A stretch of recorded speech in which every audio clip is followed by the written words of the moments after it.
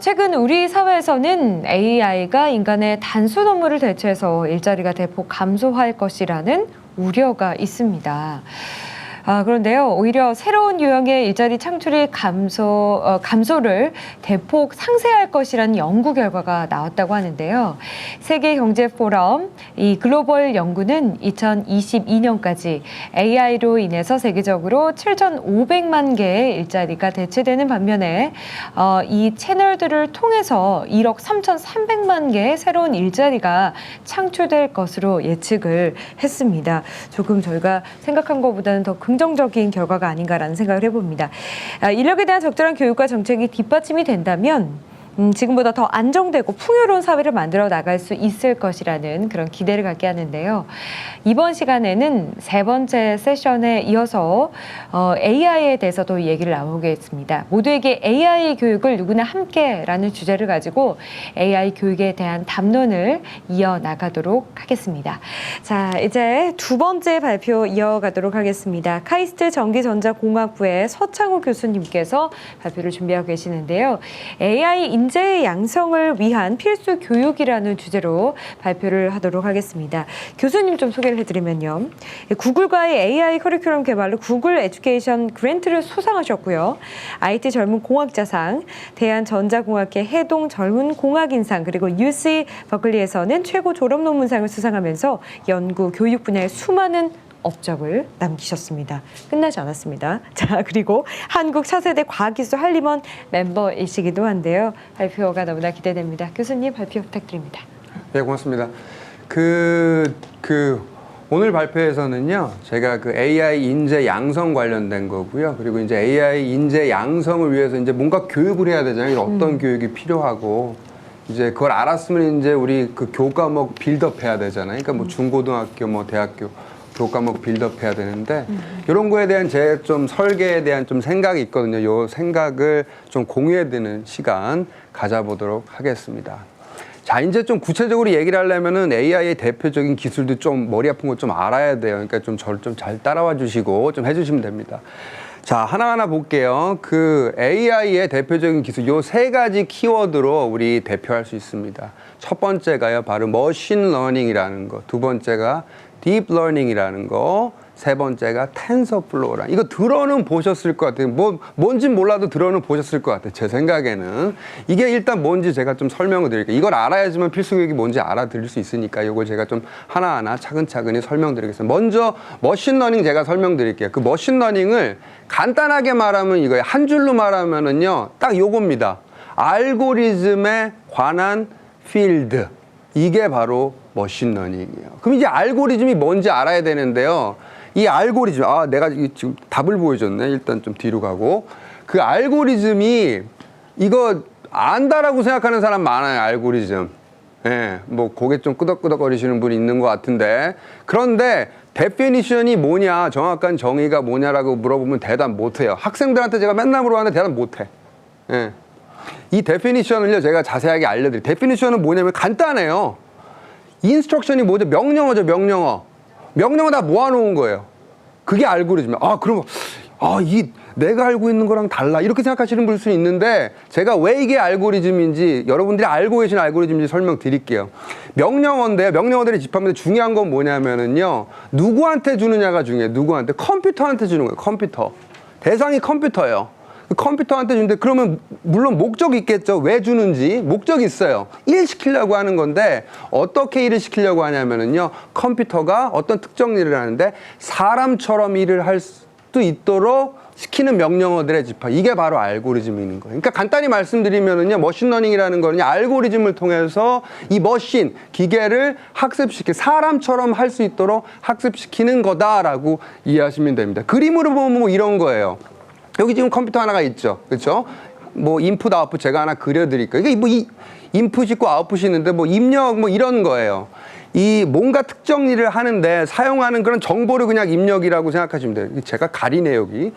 그리고 이제 그 아웃풋은 뭐냐면은요, 그 결과의 값이라고 보면 됩니다. 제가 하나 이그젬플 하나 드릴게요. 예를 들어서 개하고 고양이 그림이 있는데요. 이게 개인지 고양인지 알아맞히는 그런 태스크, 업무가 있다라고 생각을 해봅시다.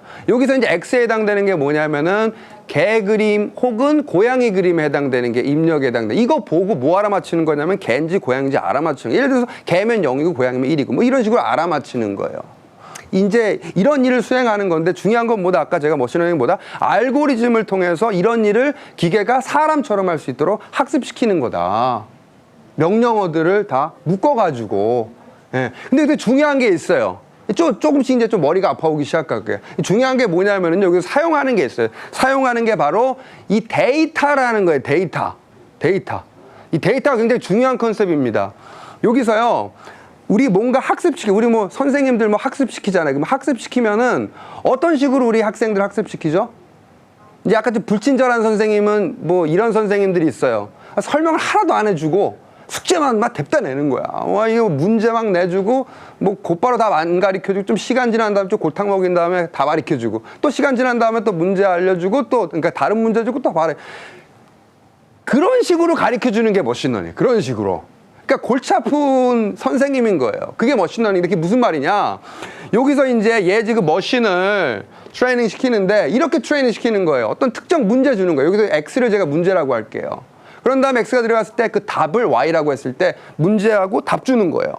또 다른 문제하고 또 답 주는 거. 또 다른 문제하고 답 주는 거. 이 문제하고 답을 페어를 갖다가 우리 유식한 말로 머신러닝 하는 사람들은 데이터라고 합니다. 데이터라고 합니다. 이거를 좀 노테이션을 좀 쓰면은 이런 식으로 X, I, Y, I번째 문제, I번째 답 이런 식으로 문제하고 다 페어만 주는 거예요. 그러니까 데이터 갖고 뭐 계속 골탕 먹이는 거예요. 야, 이거 갖고 공부해라 이런 식으로. 이게 바로 머신러닝입니다. 근데 여기서 중요한 건 뭐다? 똑똑하게 해줘야 돼요. 얘가 똑똑하게 할 수 있어요. 그러니까 트레인된 머신이 어떻게 우리가 동작하도록 진짜 사람처럼 동작하도록 만들어줘야지 우리 이제 그거를 수행한 거예요. 그게 뭐예요? 그러면 사람처럼 뭔가 막 인공지능 구현하는 거죠, 그렇죠? 인공지능 구현하는 건데 어떤 특정 방법 논의는 거예요. 그냥 불친절한 선생님 방법으로 인공지능 만드는 거예요. 그러니까 인공지능 만드는 방법 다 있는데 그 중에서 아주 불친절한 선생님 같은 식으로 우리 그 인공지능 구현하는 거 그게 머신러닝입니다. 그러니까 그 안에 있는 거예요, 안에. 그러니까 AI가 큰 거고요. 머신러닝이 안에 있다. 이런 식으로 생각하면 이게 머신러닝 끝입니다. 근데 이제 키워드 2개 더 있었죠. 그 두 번째가 뭐였죠? 바로 딥러닝이었어요. 딥러닝. 근데 이 딥러닝을 알려면 또 골치가 아파. 또 뭔가 또 공부해야 돼. 그러니까 저를 따라오셔야 돼. 이 지금 머신러닝을, 그러니까 머신을 훈련시키는 그 방법을 좀 잘 알으셔야 돼요. 그 방법을 알아야지만 이제 딥러닝을 이해할 수 있고 이제 저를 따라올 수 있습니다. 그 방법에 대해서 제가 좀 설명을 드릴게요. 방법 뭐 이런 거예요. 여기서 보면은 지금 이제 얘를 이런 그 문제하고 다 페어를 갖고 잘 머신을 트레이닝을 시켜줘야 되는데 여기서 우리 골치 아프게도 여러분들 뭐 수학 좋아하시는지 모르겠는데 저는 수학 좋아하는데 수학 싫어하는 사람 굉장히 많잖아요. 그 수학 문제를 풀음으로 인해서 우리 머신을 학습시켜주는 방법을 택합니다. 수학 문제인데 어떤 수학 문제냐면은요, 요런 수학 문제. 요거 들어보셨나? 옵티마이제이션. 최적화라는 수학 문제 있어요, 최적화. 요 최적화라는 수학 문제를 풀므로 인해서 우리 그 기계, 머신을 학습시켜 줍니다, 보통. 그러면 이제 어떻게 최적화를 이용해가지고 학습시켜주지? 그걸 이해하려면 이 최적화라는 놈이 뭔지 알아야 되죠, 그쵸? 제가 친절하게 설명해 드릴게요. 이 최적화라는 거를 정의를 하려면은요, 2가지 컨셉이 필요합니다. 하나는 뭐냐면은 들어보셨을 거예요. 우리 관심 대상. 뭔가를 최소화시키거나 최대화시키고 싶은 그 관심 대상. 그걸 뭐라고 그래요, 우리 그 목적 함수라고 보통 얘기하거든요. 그게 첫 번째 컨셉이고 두 번째 컨셉은 뭐냐면은 목적 함수를 최소화시키거나 최소화시키거나 최대화시키는 거에 변화를 주는 놈, 변수, 걔를 뭐라고 하냐면 유식하게 우리 옵티마이제이션 베리어블이라고 합니다. 옵티마이제이션 베리어블. 그러니까 옵티마이제이션 베리어블이 막 변하면은요, 목적 함수가 막 변하는 거예요. 그래서 목적 함수가 최도가 되도록 아니면 최대가 되도록 이 옵티마이제이션 베리어블을 찾는 행위, 그게 바로 옵티마이제이션이고요. 여기 보면은요, 이 중요한 게 있는데 이 objective 펑션이 이 스케일러예요. 스케일러. 이 스케일러 저 사람 또 이상한 용어. 스케일러가 뭐냐면 이 리얼 값, 하나. 1차원 값이에요. 1차원 값. 그리고 이 옵티마이제이션 베리어블은 뭐냐면은요, 인자가 많을 수 있잖아. 그렇죠? 뭐 이것도 변화시키고 저것도 변화시키고 값들이 많을 수 있어요. 이거는 값들 다 모아놓은 거. 이거 동작 안 해. 예. 이 컬렉션 오브 리얼 넘버. 그러니까 벡터. 값들 다 모아놓은 걸 보통 유식하게 우리 그 벡터라고 하거든요. 그 벡터라고 보시면 돼요. 그러니까 벡터를 변화시켜가지고 이 스케일러를 알아내는 거예요. 그러니까 이 스케일러가 미니마이즈 혹은 맥시마이즈, 최소 혹은 최대가 되도록 알아내는 행위가 옵티마이제이션이고, 이러한 컨셉을 활용해가지고 우리 머신을 트레인 시킵니다. 이 방법은 이런 거예요. 자, 이거를 알려면은 아까 두 가지 컨셉을 우리가 디파인을 확실히 해야 됩니다. 하나는 목적 함수를 디파인을 확실히 해야 되는데요.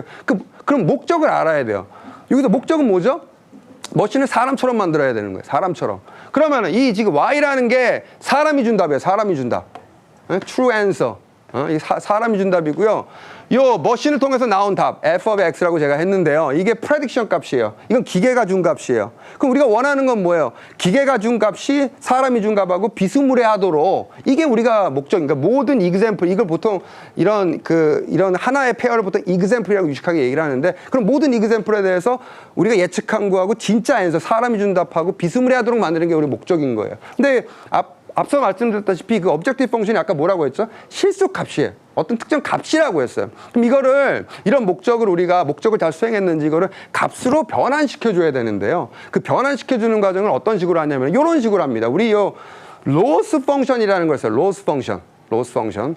이렇게 하면 보이나? 오케이. loss function이라는 걸 씁니다. 그래서 두 개의 인자를 갖습니다. 하나는 true answer y를 갖고요. 두 번째는 f of x, prediction하는 값을 인자를 가져요. 두 개가 비스무리하면은 작은 값을 출력을 하고, 두 개가 많이 떨어져 있으면 굉장히 큰 값을 출력하는 어떤 특정 펑션이라고 보시면 돼요. 뭐 예를 들어서 뭐 이런 게 있습니다. 한 가지 예는 두 개를 뺀 다음에요. 거기다가 제곱을 해요. 두 개가 같으면 0이 되겠고, 두 개가 멀리 떨어져 있으면 큰 값이 되겠죠. 뭐 이런 게 로스 펑션이에요. 그러니까 이런 식으로 이해하시면 되고요. 그러면 이제 이 로스 펑션을 집어넣어가지고 이런 식으로 이제 오브젝티브 펑션을 만듭니다. 그 다음에 중요한 게 뭐냐면 옵티마이제이션에서 이 오브젝티브 펑션을 변화시키는 애가, 그걸 제가 옵티마이제이션 베리어블이라고 설명드렸죠. 그럼 여기서 옵티마이제이션 베리어블은 뭘까요?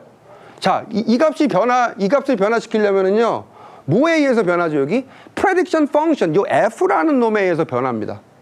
그러니까 얘를 변화시키는, 얘를 prediction function을 이렇게도 변화시켰을 때 objective function 재보고, 또 저렇게도 변화시켰을 때 objective function 재보고 해서 이 objective function이 최소가 되도록 이 f라는 놈을, 이 prediction function을 잘 설정해주는, 그게 이제 옵티마이제이션 과정인데, 여기서 근데 문제가 있어요. 문제는 뭐냐면은요, 여러분들 함수 하면 또 이게 또 머리 아프기 시작했죠. 그 함수 종류가 되게 많아요, 실제로. 뭐 1차 함수도 있고 2차 함수도 있고 굉장히 많은데, 이걸 다 찾기가 너무 어려운 거예요. 너무 종류가 많으니까. 예. 그래서 이 방법을 잘 안 쓰고요, 다른 방법을 써요. 어떻게 하냐면 일단은요, 함수의 종류를 세팅을 합니다. 그걸 함수 종류를 보통 펑션 클래스라고 그래요. 여러분들 그 중학교 중2 때 여러분들 뭐 1차 함수 뭐 이런 거 배웠죠. 중3 때 뭐 2차 함수, 뭐 포물선 그리고 뭐 이런 거 배웠잖아요. 이게 그냥 함수의 하나 종류예요. 함수 클래스, 펑션 클래스라고 하는데, 이런 거 하나 그냥 딱 잡아요. 그냥 하나 찍어버리면 그 다음에 그럼 어떻게 되냐면, 만약 이거를요 1차 함수를 찍었어. 1차 함수는 이렇게 생겼지. 1차 함수를 찍었어. 그러면은 우리가 뭐를 컨트롤할 수 있어요? 기울기하고 뭐죠? y 절편. 그 영어로 y intersect이라고 하는데, 그 슬랍하고 y intersec을 우리가 결정할 수 있습니다. 그걸 우리가 컨트롤할 수 있는 거예요. 그걸 보통 우리가 파라미터라고 하는데요. 그렇게 함수 클래스를 정하면은 그렇게 파라미터를 도입해가지고, 그러니까 1차 함수의 경우에는 그 슬럽하고 y 인터섹을 도입을 해가지고 우리 함수를 완벽히 표현할 수 있고요. 그 파라미터라는 놈을 바로 그 옵티마이제이션 베리어블을 사용하는 거예요, 우리가. 그러니까 기울기하고 y 절편 변하면서 이 값 쳐다보는 거예요. 계속 작아지도록 기울기 스타하고 그리고 y 절편 스타를 찾는 거죠. 뭐 그런 식으로 하는 거예요. 근데 중요한 건 뭐냐면은요, 이 펑션 클래스를 잘 정해야 돼요. 굉장히 잘 정해요. 그냥 마음대로 정하면 안 되고 그걸 잘 정해야 됩니다. 그래서 이걸 잘 정하려고 많은 사람들이 연구를 했어요. 옛날부터 연구를 했어요. 지금 이 사람, 이때 잘생긴 사람 나왔지. 1957년도 이 사람. 프랭크 로젠블랏이라는 사람이 심리학자인데요. 이 사람이 이 펑션 클래스에 대한 인사이트를 주기 시작했습니다. 이 사람이 심리학자고 뉴로사이언티스트예요. 뇌과학자라고 보시면 돼요. 그래서요, 펑션 클래스를 그냥 정하면 안 되고 우리 뇌를 잘 이 뇌 신경망을 잘 모사할 수 있도록 펑션 클래스를 잘 정해야겠다라고 생각을 해서, 그래서 제안한 모델이 있고요. 그 모델을 멋있게 퍼셉트론이라는 그런 걸 만들었습니다. 그래서 이제 퍼셉트론을 제가 설명을 드릴 텐데요. 이 퍼셉트론을 간략히 말씀드리자면은 이게 오케이. 이게 지금 뇌를 모사한 거예요. 뇌에 신경망을 모사한 겁니다. 그러면 뇌에 뭐가 있죠? 우리 신경세포가 있죠. 신경세포 영어로 뭐라고 그래요? 뉴런이라고 하죠. 뉴런. 이렇게 생겨먹었어요. 예. 이상하게 생겼죠. 그쵸? 근데 이렇게 생겼는데 이 뉴런을 잘 쳐다봤어요. 그 사람이. 그래서 이 뉴런의 세 가지 특징을 알아냈습니다. 이 세 가지 특징을 알아냈고 이걸로부터 퍼셉트론 만들어요. 그 세 가지 특징 제가 말씀드릴게요. 첫 번째는 뭐냐면은 얘가 전기적인 특징. 전기. 이 전기는 뭐예요? 우리 볼티지. 전압이 있는 놈이라는 거예요. 첫 번째. 두 번째는 뭐냐면은요. 여러분들 그 시냅스라고 들어보죠. 시냅스. 예. 시냅스가 뭐예요, 이게? 연결하는 거. 예. 그러니까 뉴런하고 뉴런 사이 연결망이 시냅스인데, 이제 이 시냅스를 통해서 이 전압이 이렇게 변한다고 보시면 돼요. 이쪽에서 이쪽으로 흐른다고 보시면 됩니다. 이걸 발견했고, 또 세 번째는 뭐냐면, 세 번째 이상한 그걸 알아냈어요. 그건 뭐냐면 이게 흥분한대, 얘가. 뉴런이 흥분한대. 그 흥분한다는 말이 그건 뭐야? 이게 뭐냐면, 우리 흥분한다는 건 뭐예요? 가만히 있다가 뭔가 임계치를 넘으면 막 폭발하는 거. 이게 흥분하는 거예요. 이게 흥분. 그래서 전압값이 있는데, 왜냐면 얘가 전기적인 특징을 갖고 있어요. 전압값이 있는데, 얘가 어떤 임계치를 넘으면은요, 폭발해요. 폭발해가지고 큰 값으로 됩니다. 그래서 큰 값을 제가 임의로 1이라고 했어요. 1이라고 했어요. 안 보이네, 이렇게 하니까. 그리고 이제 그 전압값이 작으면 그냥 0. 가만히 있는 거예요. 이런 특징을 갖고 있다는 거를 알아내가지고 만든 모델이 바로 만든 펑션 클래스가 바로 퍼셉트론이라는 놈입니다. 퍼셉트론. 이렇게 생겼어요.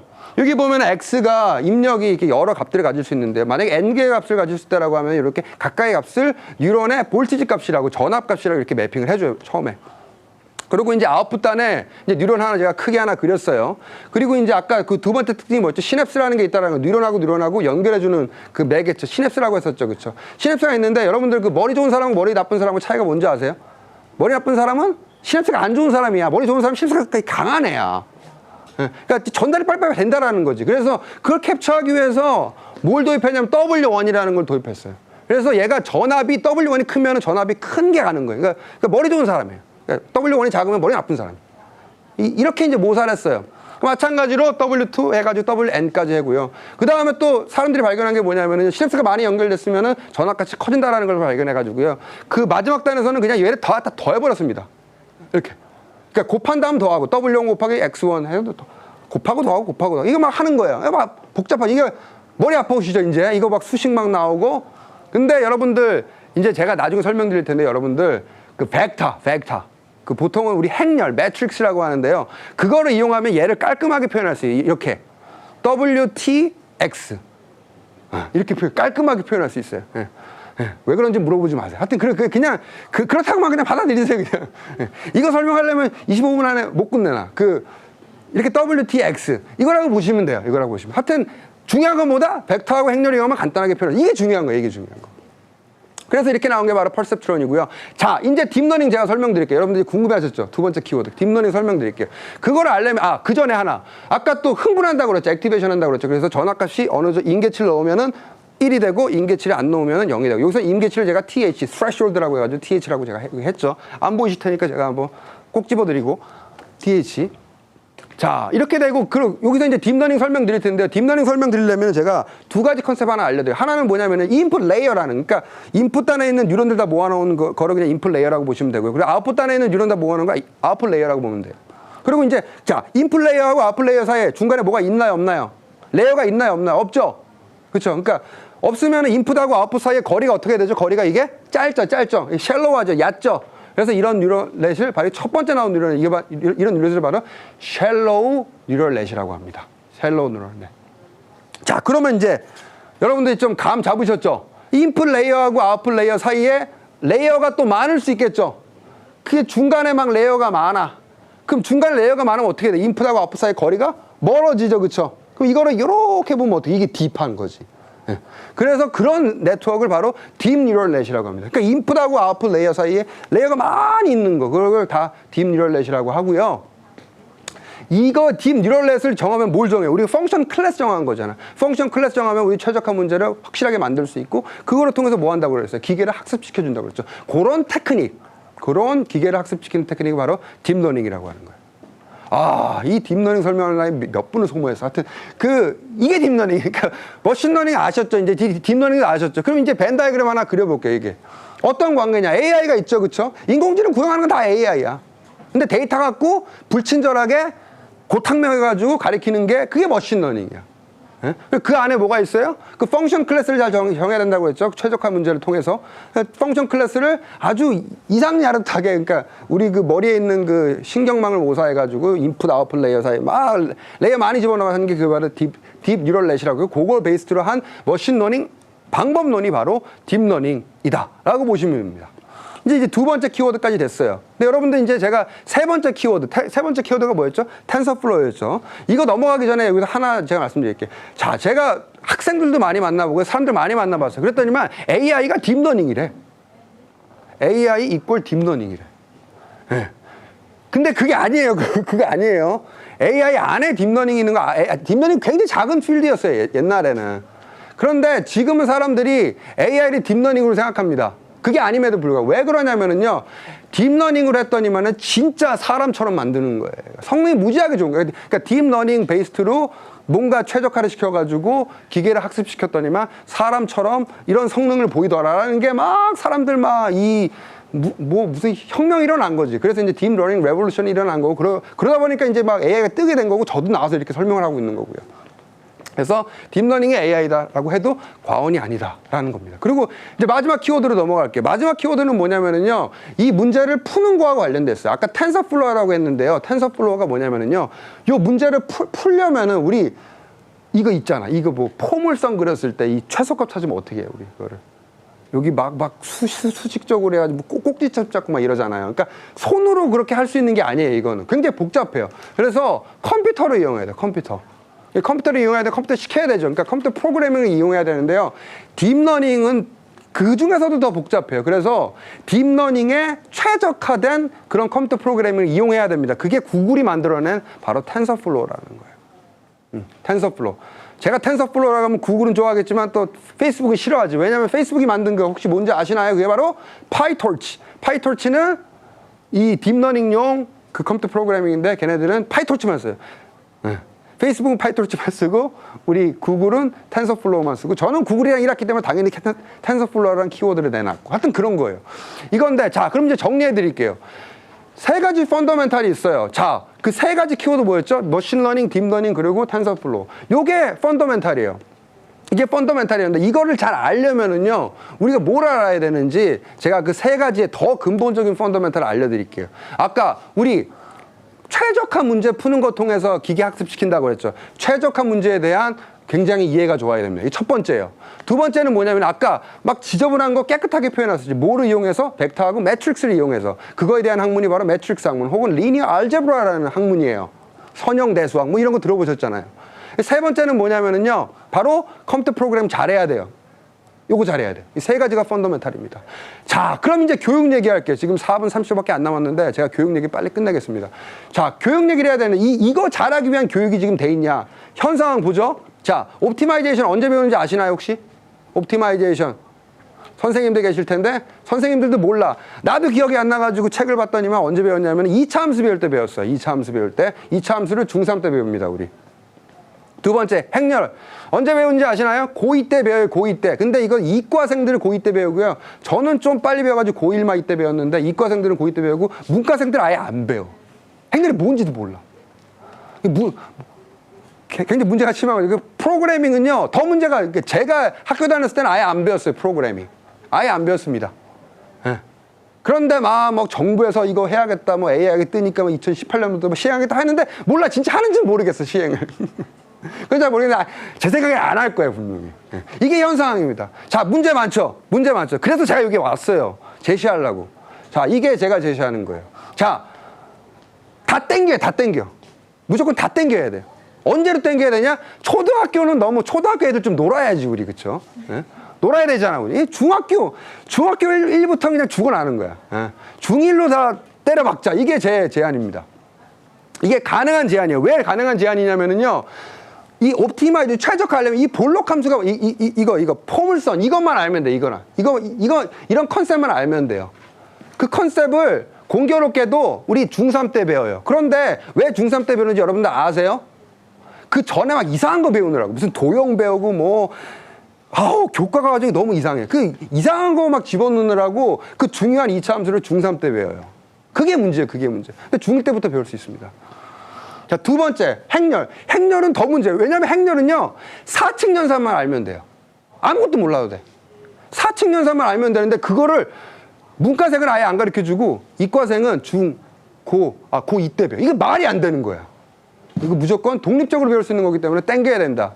언제부터 배워야 되냐? 중1 때부터 배워야 된다. 자, 세 번째, 프로그래밍. 이거 중요해요. 이건 언어잖아, 우리. 언어는 어렸을 때부터 배워. 그러니까 말을 어렸을 때 제대로 못하면 말을 못해. 예? 말을 잘하려면 어렸을 때 죽어라 얘기를 많이. 이게 컴퓨터 프로그래밍, 이거 랭귀지라는 랭귀지. 이게 어떻게 배워야 돼? 쉬운 랭귀지를 배워야 된다고요. 어떤 쉬운 랭귀지가 있냐? 파이썬이라는 쉬운 랭귀지가 있어요. 뭐 C나 C++ 들어보죠. 그거 다 때려치고 그거 너무 복잡해. 어려운 걸로 가르치면 안 돼요. 쉬운 랭귀지 파이썬으로 가르치면 됩니다. 그리고 또 중요한 거 하나, 여러분들. 딱 1분 50초. 제가 딱 정리, 딱 마무리할게요. 자, 이 교육할 때 중요한 게 있어요, 여러분들. 학생들 보면 어때요? 막 선생님들, 학생들 보면 막 머리가 터질 것 같지, 막 답답하죠. 왜 그래? 학생들이 동기가 안 돼 있는 거야. 왜 공부하는지 모르는 거야, 이거를. 근데 계속 하라고 하니까 하는 거거든. 예. 그 왜 동기가 안 됐어? 이걸 왜 배우는지 모르니까 그러는 거야. 왜 배우는지. 근데 걔네들도 AI 하고 싶어요. 왜냐면 뭐 AI 하면 막 뭔가 있어 보이니까. 예. 그래서 교육을 할 때는 어떻게 해야 되냐면요. 예시를 들어야 돼. 예시. 그러니까 AI 기술 관련된 예시를 들어가지고 이래서 이 교육이 필요하다는 걸 먼저 충분하게 설명을 해주고 그 다음에 알려줘야 돼요. 다 바꿔야 됩니다. 다 예시를 다 들어가지고. 무슨 예시를 들어가지고 AI 기술 관련된 예시를 해가지고 옵티마이제이션도 가르치고 행렬도 가르치고 프로그램도 가르쳐야 돼요. 이게 이제 제가 생각하는 방안이고요. 거의 시간이 됐으니까 제가 마무리하겠고, 이게 이제 저의 그냥 뭐 자그마한 그냥 의견이라고 보시면 되고요. 뭐 반대하는 사람도 많을 거예요. 근데 요거를 이제 뭐 한번 또 생각을 해보시고 이거를 뭐 잘 됐으면 좋은 바람에 제가 이렇게 와가지고 강의를 하는 거고요. 일단 시간 됐으니까 이상 발표를 마치겠습니다. 감사합니다.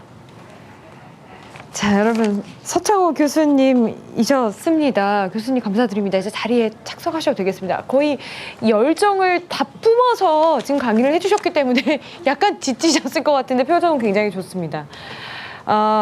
정말 한 1시간, 2시간 계속해서 강의를 들어보고 싶다는 생각을 해봤습니다. 저는 사실 문과생이라서 이런 강의를 전 들어본 적이 없어요. 행렬도 마찬가지인데.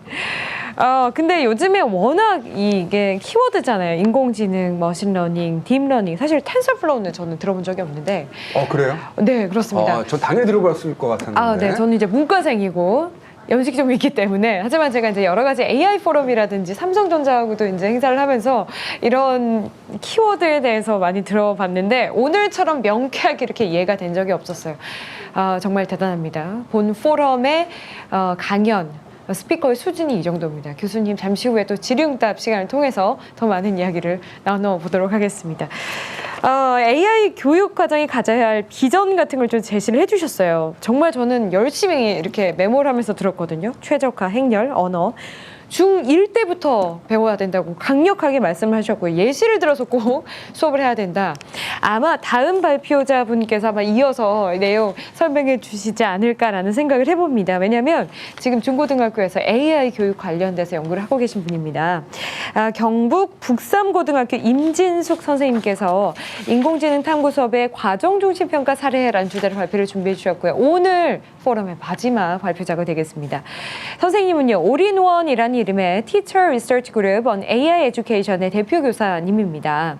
초등등 학생을 위한 인공지능 교육에 대해서 연구를 하고 계시고요. 아직은 어려운 인공지능을 어떻게 학생들을 쉽게 배울 수 있는지, 교사들을 쉽게 가르칠 수 있는지 교사 연구회 선생님들과 함께 많은 연구를 하고 있습니다. 선생님, 중1 때부터 배우는 게 정말 효과적인지 함께 좀 애드해서 말씀해 주시면 좋을 것 같아요. 자, 발표 부탁드리겠습니다.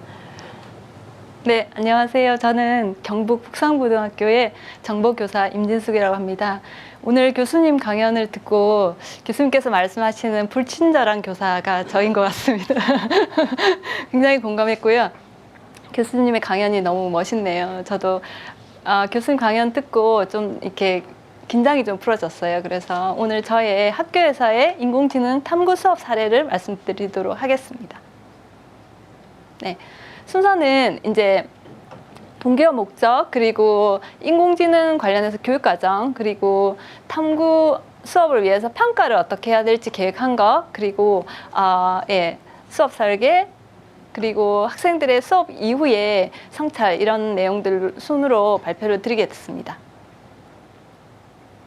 네, 사실 인공지능 교육을 이제 교사들이 이제 많은 교사들이 관심을 가지고 교육을 하려고 하는데 이제 시대적인 요구가 앞서는 것 같아요. 선생님들 학교에서 고민 많이 하고 있고 또 해야 된다는 생각을 하는 것보다 더 빨리 인공지능 교육에 대한 시대적 요구가 앞서가고 있는 것 같다는 생각이 들고요. 저는 고등학교에서 학생들의 탐구 활동에 대해서 굉장히 관심을 많이 가지고 그리고 학생들의 탐구 활동이 중요하다고 생각합니다. 그런데 보통 탐구 활동들이 이제 보면 막 이렇게 수업 아닌 곳에서 이루어진다든지 이런 것들 때문에 문제가 많이 되잖아요. 그래서 저는 수업을 통해서 탐구 활동을 하는 것이 중요하다고 생각했어요.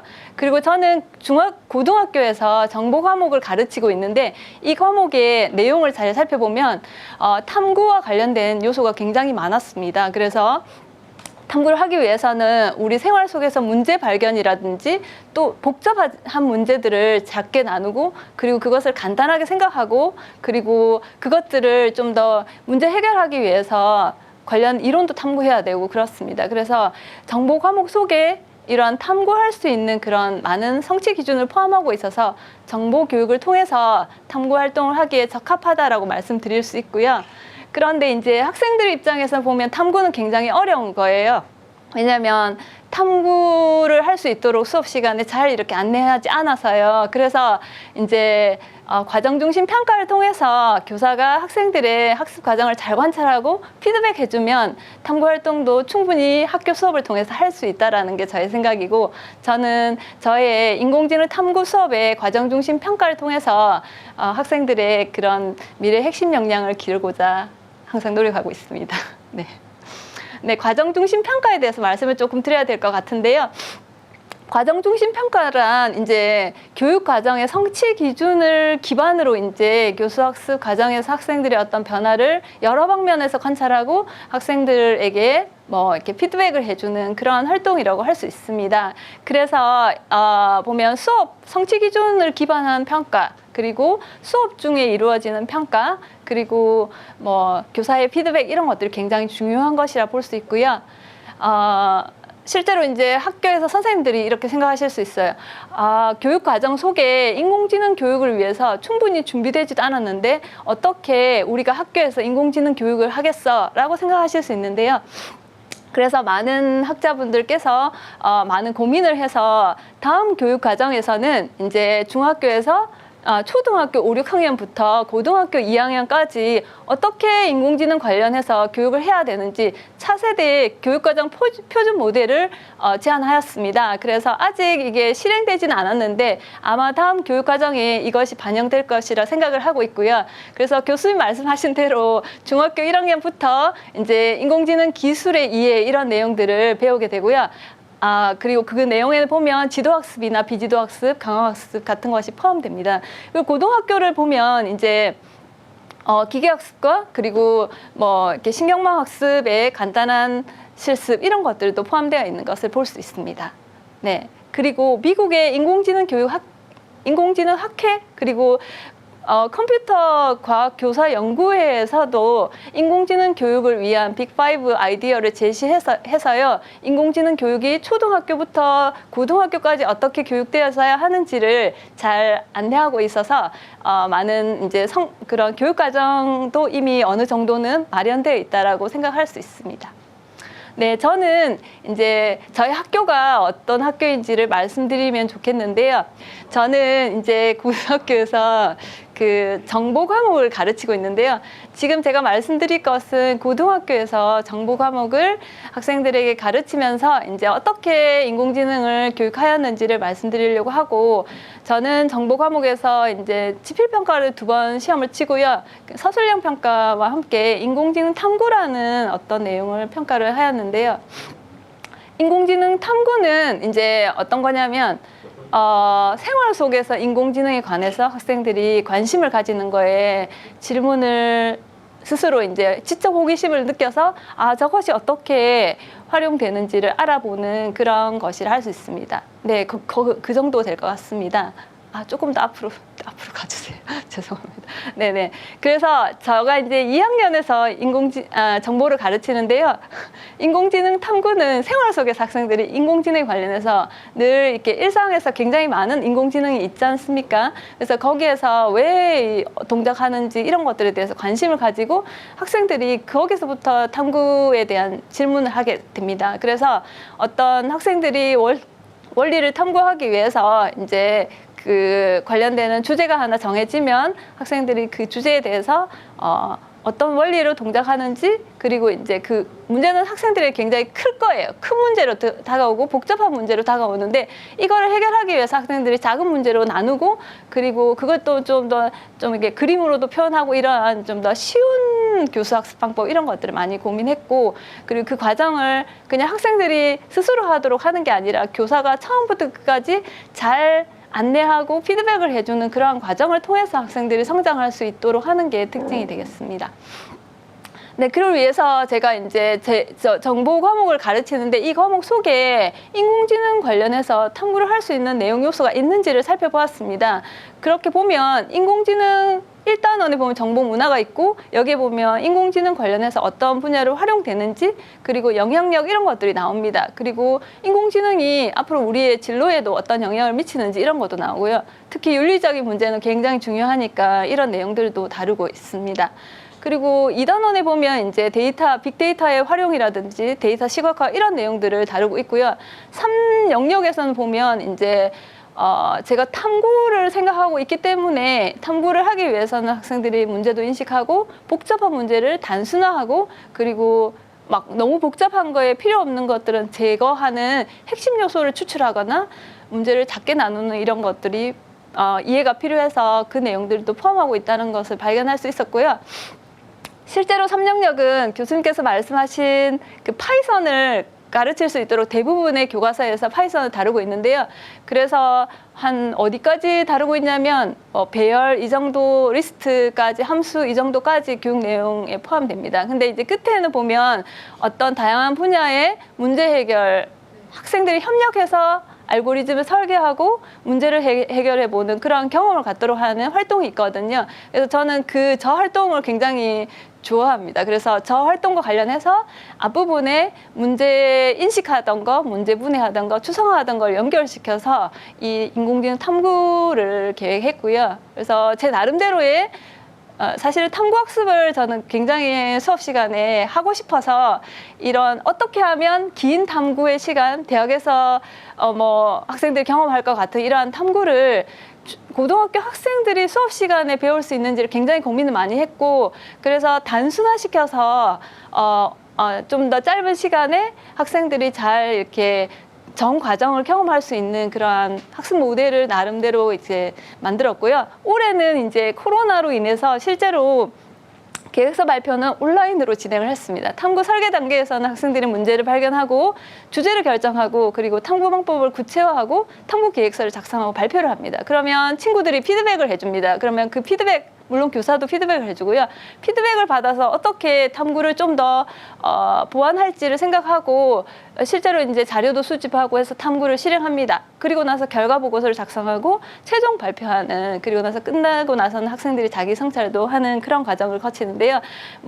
수업에 따라서는 좀 차이가 있는데, 올해는 너무 제가 이제 실제로 수업을 할 수 있는 시간이 짧아가지고 그래서 조금 더 시간을 절약하고자 온라인 발표를 좀 해봤습니다. 그래서 그 내용에 대해서 소개를 드릴 거고요. 그래서 아까 그 모델에 따라서 평가 기준도 결정이 되는데요. 그래서 설계에서는 뭐 문제가 탐구 주제를 어떻게 결정했는지, 그리고 문제를 어떻게 명료하게 표현했는지, 그리고 방법은 타당한지 이런 식으로 평가를 하였고요. 실행에서는 이제 인공지능이 어떤 원리를 동작하는지 이해가 필요해서 학습 원리 알고리즘 탐구하도록 하였고, 그리고 이제 학생들의 그런 개인차가 많지 않습니까? 수준 차이라든지 관심의 차이도 많고, 실제로는 이과적 성향을 가진 학생과 문과적 성향을 가진 학생의 또 어떤 차이가, 경험이 다를 수 있기 때문에 저는 선택형 과제를 제시하였습니다. 그래서 구현까지 해보고 싶은 학생들에게는 가능성을 좀 주고 싶었어요. 그래서 구현할 수 있도록 하였고요. 또 그냥 원리를 탐구하고 싶은 학생들은 원리를 좀 이렇게 비교해서 탐구할 수 있도록 그렇게 선택형 과제를 제시하였고요. 그리고 이제 탐구를 했다 하면 탐구한 결과를 잘 정리해서 정리하는 것도 중요하지 않습니까? 그래서 어떻게 논리적으로 기술하는지, 그리고 이게 모둠으로 하다 보니까 학생들이 이제 개별 활동이 좀 수반될 필요가 있었어요. 그래서 개별 활동을 위해서 독서 활동 같은 것도 연계를 했고요. 그리고 온라인에서 활동이 굉장히 많이 이루어져서 온라인에서 문제 해결, 협력적 문제 해결 이런 것들도 평가에 반영하려고 하였습니다. 네, 그래서 차시별로 총 9차시를 제가 기획하고 했는데요. 첫 번째 차시에서는 학생들은 인공지능, 제가 평가가 어떻게 이루어지는지 평가 기준을 일단은 제시를 하였고요. 그리고 일단은 먼저 학생들이 활용을 한번 해봐야 됩니다. 인공지능으로 뭘 할 수 있는지. 그래서 이제 간단한 소개도 했지만 티처블 머신 같은 걸 이용해서 학생들이 체험할 수 있도록 하였습니다. 플랫폼 활용해서 체험을 할 수 있도록 하였고요. 그리고 나서 이제 모둠을 구성했어요. 근데 이제 올해는 제가 2학년 처음 들어온 1학기에는 학생들을 잘 모르기 때문에 개인의 어떤 역량을 고려하지 않은 랜덤 배정을 했고요. 근데 약간의 그런 조정 작업은 했습니다. 팀빌딩 하기 위해서 이제 온라인에서 학생들이 이제 어떻게 협업하는지를 1차시에 하도록 했고요. 2차시에서는 학생이 이제 원리를 좀 배울 필요가 있어서 언플러그들을 활용했는데요. 의사결정 트리라는 언플러그들을 이용해서 학생들이 또 어떻게 분류를 하는지 지도학습에 대해서 한번 학생들의 원리를 그냥 활동을 통해서 원리를 경험하는 활동을 했고요. 그리고 우리가 이제 탐구 주제를 결정해야 되기 때문에 학생들이 생활 속에서 어떤 문제가 있는지 발견해서 질문 형태대로 5개를 쓰도록 하였습니다. 나중에 구체적으로 보여드릴게요. 그리고 이제 세 번째는 이제 주제를 최종 결정해야 돼요. 그러기 위해서 학생들이 빠른 시간 내에 주제를 결정하는 방법을 저 나름대로 고민을 해서, 그리고 퀘스천 5개 학생들이 작성한 거에 대해서 서로 이제 모둠끼리 내 주제가 어떤 의미를 가지는지, 왜 이러한 주제를 선택했는지 학생들에게 소개를 하고 투표를 하는 과정을 거칩니다. 그러면 학생들은 모둠 내에서 3차시 만에 어떤 주제를 탐구를 할지 결정이 돼요. 그리고 나서 이제 그 문제가 복잡하니까 좀 더 작은 문제를 분해하는 활동들을 하고요. 그리고 실제로 결과물은 한 장의 포스터에 이루어집니다. 그래서 하나의 포스터 양식을 제가 학생들에게 주고요. 이 양식에 매 차시별로 조금씩 협력해서 그 탐구를 완성하도록 안내하였습니다. 그리고 4차시에는 이제 계획서를 발표하기 위해서 그 문제를 한 2개 정도로 분해를 하는데요. 2개의 각각에 대한 어떤 방법으로 탐구를 할지를 학생들이 손으로 그림도 그리고요. 글로도 표현하고 이런 활동을 통해서 하고요. 4차시가 끝나고 나면 온라인에서 이제 학생들이 영상을 촬영해야 돼서 제가 이제 올해 저도 수업 시간에 영상 촬영을 했거든요. 그래서 구글 사용했는데 그걸로 어떻게 영상 촬영하는지 학생들이 안내를 하였습니다. 네, 그리고 나서요. 이제 이러고 나서 학생들이 온라인으로 이제 그 발표를 했어요. 그러면 친구들이 그 발표한 내용을 봅니다. 그리고 나서 피드백을 줍니다. 피드백을 주면 그 피드백을 받아서 다음 차시에 오게 됩니다. 그래서 피드백을 받은 걸 바탕으로 우리가 좀 생각하지 못했던 게 무엇인지 알아보고요. 그리고 좀 더 알고리즘을 이제 구체적으로 설계하기 위해서 노력을 해야 됩니다. 이쯤 되면 학생들이 이제 좀 더 구체적인 이론적인 공부가 좀 필요합니다. 근데 제가 가르치기보다는 학생들이 좀 책을 좀 많이 읽을 수 있도록 교실에 책을 많이 두었고요. 그래서 필요한 주제, 학생들이 탐구하는 주제와 관련된 책을 교실에서 그냥 찾아보는 형식으로 읽을 수 있도록 하였습니다. 그리고 나서 이제 나중에 데이터 분석을 해야 되니까 데이터를 수집하고 뭐 이렇게 구현까지 한 학생들도 뭔가 분석이 필요하니까 시각화를 위해서 이제 그 매트플랍 같은 걸로 이제 시각화하는 방법을 소개했고요. 그리고 구현할 수 있는 학생들은 구현할 수 있도록 한 가지 텐서플로우를 활용해서 머신러닝도 한번 구현해 보도록 하였습니다. 그리고 나서 8차시 되면 이제 학생들이 전체적인 보고서를 이제 작성하기 시작합니다. 이때 교사의 피드백이 굉장히 많이 필요한데요. 물론 전 과정에서 교사의 피드백이 필요한데 8차시 보고서를 작성하는 과정에서 교사의 피드백이 좀 많이 필요했고요. 그리고 나서 마지막에 발표를 하는 이런 식으로 전개가 됩니다. 네, 그러면 제가 수업에서 어떻게 했는지를 좀 구체적인 수업 장면을 보면서 말씀드리겠습니다. 사실은 1차시에서는 뭐 이렇게 티처블 머신으로 학생들이 그런 체험하는 거 이런 것들은 금방 머릿속에 떠오르실 것 같아서 2차시 언플러그드 활동을 어떻게 하는지 말씀드리도록 하겠습니다. 사실 저 언플러그드는 독일에 있는 스테판이라는 분이 만든 어떤 언플러그드 활동인데요. 저와 제가 같이 연구하고 있는 선생님들과 함께 한국어 버전으로 번역을 하였습니다. 그래서 제가 수업 시간에 이거를 활용해서 학생들이 그러니까 무는 원숭이와 물지 않는 원숭이를 분류하는 그런 활동을 했고요. 실제적으로 학생들은 저런 트리를 만듭니다. 근데 이제 막 보면 또 데이터가 이제 학습 데이터가 있어요. 그러면 학생들이 저 학습 데이터로 분류를 하려고 할 때 정말 디테일한 그 트리를 만들면 나중에 테스트 데이터로 이렇게 테스트를 해보면 정확도가 엄청 떨어지거든요. 그래서 학생들이 그렇게 너무 과적합되어 있는 트리를 모델을 만드는 것은 과적합을 일으킬 수 있다라는 것을 이야기를 하면서 그러한 용어, 그러니까 예를 들면 뭐 지도학습이 무엇인지 비지도학습이 무엇인지 이런 것들에 대해서 개념적으로 먼저 설명하는 게 아니라 활동을 통해서 학생들이 그것의 의미를 이해할 수 있도록 그렇게 수업을 하였고요. 네. 그 다음에 이제, 네, 제가 PPT가 수정된 버전인데요. 네. 여기에 그림이 하나, 뒤로 돌려주세요. 네. 네, 여기입니다. 그래서 학생들이 이제 약간의 글쓰기가 좀 필요해요. 그래서 학생들이 좀 조사를 해서 글쓰기 하는 활동을 하고, 그 다음에 이 구글에다가 학생들이 글쓰기해서 작성도 하는데요. 이제 학생들이 뭐 이렇게 생각하는 거를 그림으로 표현하는 활동을 전 되게 많이 했어요. 그러니까 저 복잡하고 긴 것들을 짧고 간단하게 표현하는 그런 어쩌면 저게 간단하게 만드는 추상화의 형태일 수 있습니다. 그래서 저런 활동도 굉장히 많이 했고요. 저것은 이제 어떤 장면이냐면요. 3차시에서 이제 학생들이 주제를 결정하는 과정이에요. 그래서 저기 왼쪽에 있는 저 색 포스트에 있는 게 학생들이 생활 속에서 궁금한 것들, 인공지능에 관련 궁금한 것들을 이제 질문을 5개 쓰는 거예요. 개별적으로. 그러면 이제 첫 번째 시간 두 번째 시간 끝날 때 질문을 막 써요. 그리고 나서 세 번째 시간에 저 주제에 대해서 학생들이 친구들에게 소개를 합니다. 그러면서 어떤 주제가 괜찮을지가 오른쪽에 쭉 나열되어 있어요. 좀 떨어져 있죠. 저게 좀 더 나은 주제에 대해서이고요. 그리고 나서 온라인으로 저 의사결정판이라고 제가 이름을 나름대로 붙였는데요. 저기다가 학생들이 각자 추천하는 어떤 주제에 대해서 투표를 합니다. 그래서 온라인으로 투표를 하고요. 실행 가능성이 있는지, 그리고 이걸 하는 게 좀 중요한지라고 생각하는 거에 투표를 하고요. 오프라인이면 제가 막 스티커를 학생들이 직접 붙이기를 했는데요. 이번에 온라인이어가지고요. 그래서 그냥 손으로 그림으로 이렇게 표현하기도 했었습니다. 좀 근거 있는 결정을 위해서 저걸 하였고요. 제가 이제 4차식 계획서 작성한 이후에 이제 학생들이 발표를 하도록 하였는데요. 아까 그 수업 끝나고 난 뒤에 학생들이 영상을 촬영해서 발표를 하는 장면이에요. 그래서 계획서는 저 남학생 왼쪽에 있는 저런 형태대로 작성이 되고요.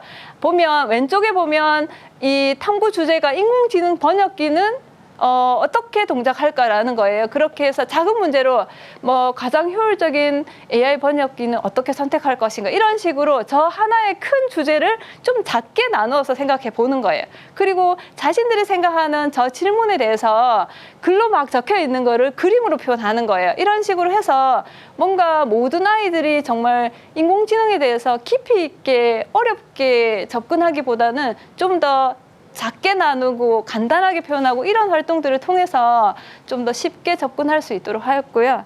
네. 그리고 이제 발표가 끝나면 친구들이 피드백을 해줍니다. 그래서 피드백 이후에 학생들이 이제 어떻게 저 부분을 좀 더 개선할지에 대해서 수업 시간에 개선 방안도 마련하고요. 친구들이 말해주지 않은 것도 스스로 발표를 해보면 어떤 점이 또 개선되어져야 할지 생각이 들어요. 그래서 그 부분도 스스로 피드백을 합니다.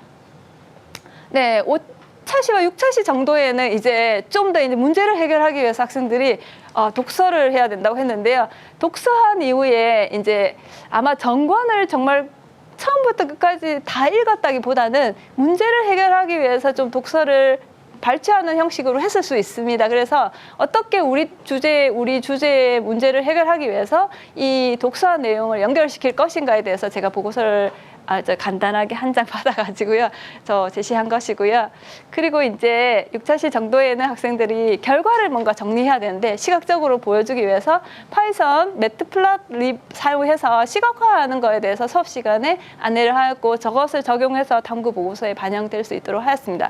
실제로 학생들이 8차시쯤 되면 이제 결과 보고서를 작성하는 과정에서 막 이렇게 처음에 제가 제시했던 틀하고 좀 많이 바뀌어져 있고요. 저 한 장의 포스터를 총 9차시, 그러니까 탐구 주제 정하는 것부터 결과 완성하는까지 9차시 동안 진행되는데 모둠원의 학생은 한 5명 정도예요. 그래서 사실 실제로 보면 한 학생에게 그렇게 많은 큰 부담이 있는 건 아니고요. 뭐 예를 들면 저기에서 맨 위에 있는 동기와 목적, 그거 친구들이랑 이야기하면서 서로 동기와 목적에 대해서 말했던 거 글로 쓰면 되고요. 그리고 큰 주제를 작은 문제로 나누는 거 문제 1, 2로 나눠서 쓰면 되고요. 그림으로 그린 거 저기에 넣으면 되고 이런 식으로 매 시간마다 차근차근 해서 하나의 그 결과 보고서가 나올 수 있도록 학생들의 질문에 대해서도 온라인으로 피드백을 하려고 노력했고요. 결과는 이런 식입니다. 학생들이 탐구한 결과는 보면 인공지능, 자율주행 자동차는 어떻게 윤리적인 문제를 일으킬까라는 저러한 형태고요. 저기에는 알고리즘에 대한 얘기도 나오고요. 그리고 뭐 모럴 머신 이용해서 학생들이 실제로 어떤 실험 장면을 만들어서 저기에서 데이터가 나오면 그걸 정리하는 것도 있었고요. 그리고 또 오른쪽에 한 가지 주제를 보면 어떻게 인공지능은 내가 OX 퀴즈를 맞출지를 예측할 수 있을까? 뭐 이런 어떤 주제를 정해서 탐구하기도 하였습니다. 저기 보면 그래프 같은 것도 보이죠. 저것들도 수업 시간 중에 시각화하는 방법에 대해서 안내를 해서 학생들이 수업 시간 중에 자신의 탐구 문제를 해결하기 위해서 적용을 했을 겁니다. 네, 그리고 또 다른 주제를 보면 인공지능 스피커는 인간의 말을 어떻게 알아들을까? 저 큰 질문 저거 5개, 저게 2차시 했던 그런 포스트잇을 적었던 그 질문 중에 하나를 선택해서 주제 결정한 것이고요.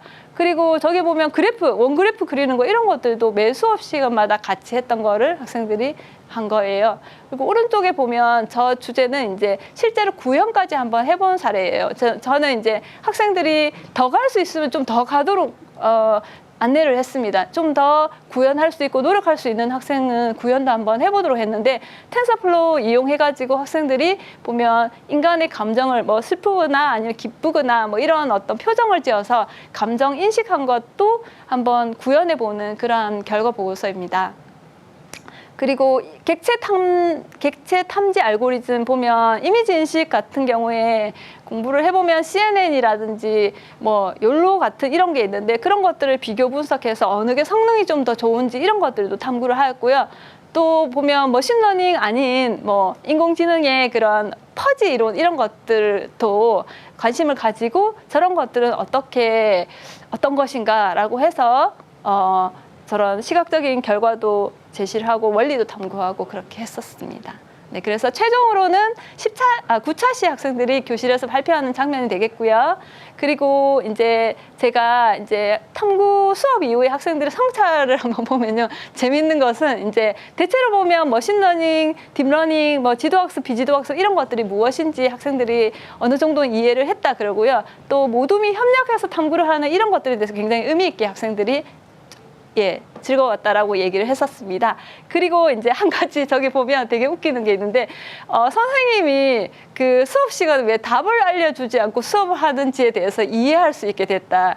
그러니까 학습하는 다양한 방법에 대해서 알게 됐다라고 학생들이 얘기를 했어요. 그래서 저 말을 들을 때 저는 좀 기분이 좋았어요. 그러니까 학생들이 학습이라는 게 꼭 이렇게 답이 있는 것을 찾아가는 것만 아니다라는 것을 경험했다고 봤습니다. 네, 그래서 탐구한 결과들이 나와 있고요.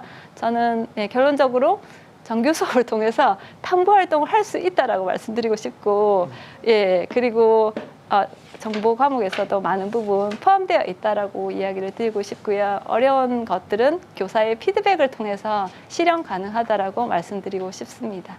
이상 발표를 마치겠습니다.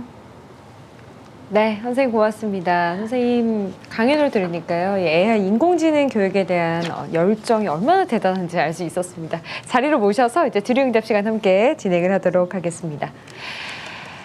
자, 여러분 오늘 마지막 세션인데 어떠셨어요? 오늘 아침 9시부터 가득 채워서 정말 여러분께 유익한 강연을 보내드렸습니다. 저도 오늘 시간이 어떻게 가는지 모르게 어느덧 마지막 세션, 마지막 트랙에 이제 Q&A만이 남아 있는데요. 질문을 굉장히 많이 주셨는데 저희가 시간 관계상 다 소개는 해드리지 못하고요. 이후에 저희가 또 영상 업로드하면서 또 여러분이 주신 질문에 대한 답 최대한 많이 드릴 수 있도록 하겠습니다. 자, 질문 한 개씩 드릴 수 있을 것 같아요. 트랙 B4, 즉 마리오 피아젠티니 박사님, 네, 연결 다시 해보도록 하겠습니다. 박사님, 어디 가신 거 아니시죠? 네, 이쪽에 계시네요. Yes. 네, 감사합니다. 자, 질문을 드리도록 할게요. 자, 열린 환경에서 우리 학생들이 스스로를 통제해가면서 학습을 할 수 있는 역량의 수준에 대해서 언급을 하셨습니다. 저도 거기에 대해서 인상 깊게 지금 남아 있는데요. 이 디지털 세계 학습에서는 학생들의 자기 통제 능력과 인지 능력이 무엇보다 중요하다고 말씀하셨는데요. 어쩌면 기술을 활용해서 자기 통제 능력에 대한 교육이 먼저 필요하지 않을까 하는 부분에 대해서는 어떻게 생각을 하시는지 궁금합니다.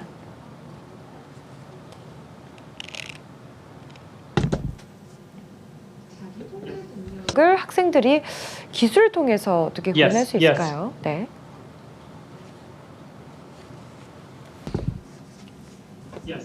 네, 질문 정말 감사합니다. 왜냐하면 이 질문이 저희가 하려던 일과 딱 맞는 질문이기 때문인데요. 지금 현재 많은 연구 결과를 보자면 디지털 학습 환경이 제대로 잘 구현이 된다면, 그렇다면 학생들이 평생 학습을 할 수 있는 자기 주도적인 학습자가 될 수 있다고 보여주고 있습니다. 자기 주도가 정말 중요하고, 특히 다양한 교육 모드가 제공이 되고 있고 온라인 환경이 제공이 되거나 블렌디드 학습을 하는 상황에서 학생이 자기 통제를 하고 자기 통제하에, 주도하에 학습을 할 수 있는 능력, 그 능력을 갖추는 것이 굉장히 중요합니다. 다시 말해 디지털 학습 환경에 학생들을 계속 노출시킴으로써 학생들이 자기 주도성을 점차 갖춰 나갈 수 있습니다. 그래서 저희 피사의 이런 연구와 개발을 통해서 하고자 하는 것은 교사들이 학생들의 자기 통제를 평가할 수 있도록 하는 것입니다. 기본적으로 데이터를 활용하는 것이고요. 즉 이러한 디지털 환경에서 학생들이 얼마나 상호작용하는지 데이터를 분석해서 그렇게 함으로써 학생들의 활동을 모니터할 수 있고, 또 교사들은 학생들이 어디 부분에서 어려움을 경험하는지, 어떤 부분을 지금 제대로 이해를 하지 못하고 있는지를 파악할 수 있습니다. 그래서 교사들에게도 정말 도움이 되는 것 같습니다. 결국 많은 선생님들은 기본적으로 학생들이 잘 배우길 원하고 자기주도적으로 배우길 원하기 때문이죠. 네, 답변을 마치신 것 같습니다. 여기에 대한 질문을 받을 수 있어서 정말 기분 좋다고 말씀하셨고요. 좋은 답변 해주셨습니다. 감사합니다. 자, 다음 연사에게 질문을 좀 드리도록 하겠습니다. 열정적으로 강의를 해주셨던 서창훈 교수님, 질문이 굉장히 많이 있습니다. 또 라이브로도 주신 분이 계시는데요. 일단 교수님 안녕하세요 라고 사연을 보내주신 것처럼 이렇게 남겨주신 분이 계세요. 아는 분인 것 같아요. AI 융합교육 대학원생입니다. 너무나 관심거리인 주제와 초록을 접하고 설레이며 기다렸습니다. 질문입니다. 자, 간단한데요. 교수님께서 추천하시는 AI 인재 이상형을 듣게 된다면 영광이겠습니다. 굉장히 장황해질 수 있는데 임팩트 있게 좀 짧게 말씀해 주시면. 딱 네 가지 얘기할게. 이게 네, 네 지금 가지요. 네. AI 인재는 첫 번째는 뭐냐면 수학 잘해야 돼요. 제가 막 설명했잖아요. 수학 무지하게 잘해야 돼요. 근데 아이러니하게도요. 그리고 또 이제 또 컴퓨터 프로그램은 당연히 잘해요. 그게 두 번째고요. 세 번째는 뭐냐면요. 이거는 좀 의아하실 수 있는데요. 여러분들 AI 필드에서 뭔가 활동을 잘하려면 말을 잘해야 돼요. 말을. 근데 보통 문제는 뭐냐면 수학 잘하는 사람들이 말 못해. 그 무슨 영어 못해가지고 무슨 수학 공부하는데 되게 많아요. 이게 완전히 종합예술이에요, 이 필드가. 왜냐하면 AI를 이끄는 데면 캐나다, 미국이기 때문에 영어 잘해야 되고요. 그런 사람들하고 소통을 잘해야 됩니다. 그래서 말을 잘해야 된다. 그게 세 번째고요. 그리고 마지막으로 중요한 게 있어요. 이 AI 필드가 노가다 필드예요, 노가다 필드. 이게 뭐냐면은요, 뭔가 이제 뭐 그 머신을 갖다가 잘 트레이닝 하려면 이렇게도 바꿔보고 해보고 저렇게도 바꿔보고 해보고 이렇게도 돌려보고 해야 되기 때문에 굉장히 많은 인내가 필요해요. 그래서 그거를 잘 참을 수 있는 인내가 필요해요. 그래서 정리하자면 수학 잘해야 된다, 프로그램 잘해야 된다, 말 잘해야 된다, 그리고 마지막으로 인내 끈기 있어야 된다. 이렇게 마무리 듣겠습니다. 명쾌합니다. 여러분 말을 잘 하셔야 됩니다. 교수님 아까 강연하신 거 들으셨죠? 그 정도로 말씀하실 줄 알아야 됩니다. 영어도 그만큼 하셔야 된다고 말씀하셨습니다. 수학 교육의 중요성에 대해서 언급하셨어요. 수학 정말 중요하다 말씀하셨어요. 한국에서는요, 사실 그렇잖아요. 영어도 문법 위주로 공부를 많이 합니다. 스피킹이 더 중요한데요, 그렇죠? 그래서 입시를 위한 수학 교육이 주로 이루어지고 있는데. 입시도 중요하지만 앞으로 미래를 살아가기 위해서 아까 말씀하셨던 통계, 행렬, 벡터 이런 인공지능과 관련된 수학 공부도 필요하잖아요. 그래서 네. 앞으로 우리나라의 수학 교육 어떻게 가야 된다고 이게 보십니까? 문제가 커요. 제가 네. 또 이런 얘기하면 교육도 굉장히 싫어할 텐데 저는 굉장히 불만이 많은 사람이에요.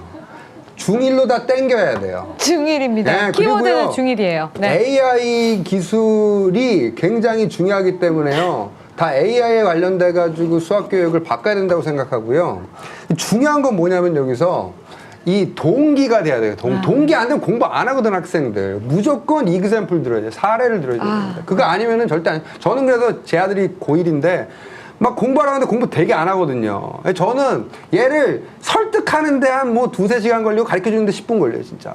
근데 동기가 되면 얘가 알아서 합니다. 이게 굉장히 중요하다고 생각하고요. 그리고 또 한 가지 이제 마지막으로 중요한 건 뭐냐면은요. 이건 교육부하고 제가 좀 얘기해 봐야 될 것 같은데. 교육부하고, 네. 이게 여러분들 이게 상이 중요해요. 상. 여러분들 어떻게 움직이는 줄 아세요? 칭찬받도록 움직입니다, 사람들은. 상 주는 대로 가는 거예요. 자, 시험 같은 거, 문제 같은 거 이상하게 내버리면은요, 그 이상한 거 쫓아가려고 공부해요, 사람들이. 정말 중요한 거 문제 잘 내야 돼요. 그러니까 교육부 진짜 똑바로 정신 차려가지고, 우리 AI 관련된 문제 잘 내줘야 돼요. 그거만 잘 내주면 알아서 교육 다 바뀌어요. 왜냐면 뭐 대치동에 있는 학원 가서 다 그거 맞춰가지고 다 설명해 줄 거거든요. 걱정할 필요가 없어요. 트렌드에 맞춰서 입시 수학도 이렇게 바뀌어야 된다. 이렇게 전부 다 바뀌어야 된다고 저는 생각을 그렇습니다. 하는데 교육부를 싫어할 것 같아요. 제가 너무 이렇게 강하게 정말 얘기하니까. 오늘 정말 소름 돋게 지금 저희가 위라이브 이 채팅에서 제가 지금 핸드폰 문자를 보고 있는 게 아니에요. 여러분의 지금 피드백을 보고 있습니다. 지금 교수님 말씀하신 것과 같은 내용이 올라와 있어서 연결해서 말씀드리겠습니다. 현재 중1 학생들의 학교 커리큘럼이 진로 체험 학기로 다양한 체험을 하고 있습니다. 또 체험 학기가 있다는 걸로 저는 알고 있는데 교수님께서 제안하신 AI 관련 학습이 체계적으로 정규 커리큘럼으로 도입되었으면 하는 간절한 바람이 생깁니다. 이건요 한 30분 전에 올라온 내용이에요. 그래서 교수님의 강연을 듣고 이런 바람이 생겼다고 지금 저를 시청자 교육부로 불러주면 돼요. 그래서 그럼 제가 다 알아서 하겠습니다. 교육부, 시도교육청 등 공공기관으로 제안하실 의향이 있으신지요라는 질문을 해주셨는데 이미 답변하셨죠? 네. 교육부에 제안을 하실 그러면 예정이라고 뭐 합니다. 답변 안 하겠습니다. 여러분이 지지를 좀 강력하게 해주시면 중1 때부터 AI 관련한 수학 공부를 하고 또 입시 수학이 또 그렇게 바뀌지 않을까라는 생각을 해봅니다. 교수님을 여러분 열렬하게 지지를 해주십시오. 에듀테크 코리아 포럼에서 여러분 정말 엄청난 강의를 들으셨습니다. 질문을 정말 다 해드렸어요. 엄청난 관심을 받았습니다. 자, 선생님께도 마지막 질문을 해드리도록 하겠습니다. 자, 실제 교육 수업 현장에서 학생들이 자칫 어려울 수 있는 주제들에 적극적으로 참여하는지 궁금합니다. 아울러 경험하신 바를 토대로 인공지능 탐구 수업이 모든 학교에서 진행될 수 있도록 하기 위해서는 무엇보다 어떤 기술적 지원, 또 어떤 교육적 지원이 필요하다고 생각하십니까?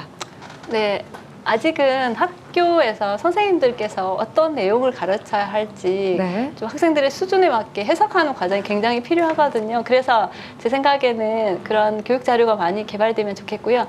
특히 체험 같은 거 해보고 싶은데 저도 이번엔 티처블 머신 같은 걸로 체험을 했는데요. 뭔가 그런 우리나라에도 학생들이 인공지능 관련해서 뭔가 체험해보고 뭔가 모델 학습 같은 것도 해볼 수 있는 그러한 플랫폼이 있으면 좋겠다라는 생각을 많이 했습니다. 네. 네, 좋아졌으면 감사합니다. 여러 플랫폼, 체험할 수 있는 플랫폼. 그래서 학생들이 정말 말씀하신 동기부여, 아, 이런 거 정말 재밌구나. 미래에 정말 이게 정말 필요한 그런 공부구나라는 걸 좀 몸소 깨달았으면 하는 바람입니다. 자, 이렇게 해서요, 오늘 알차게 달려봤습니다. 2020 에듀테크 코리아 포럼 마지막 세션의 마지막 질의응답까지 가득 채워서 여러분과 함께 했습니다. 자, 오전 9시부터 긴 시간 함께 해주신 모든 분들께 감사의 말씀을 드리고요. 또 각 세션별로 열정적이고 정말 좋은 강의해 주신 선생님들 그리고 교수님들 전문가 여러분들께 감사의 말씀을 드리도록 하겠습니다. 자, 그리고 오늘 함께 해주신 두 분께 감사의 말씀을 드리고 또 지금 박사님께도 감사의 말씀을 드리겠습니다.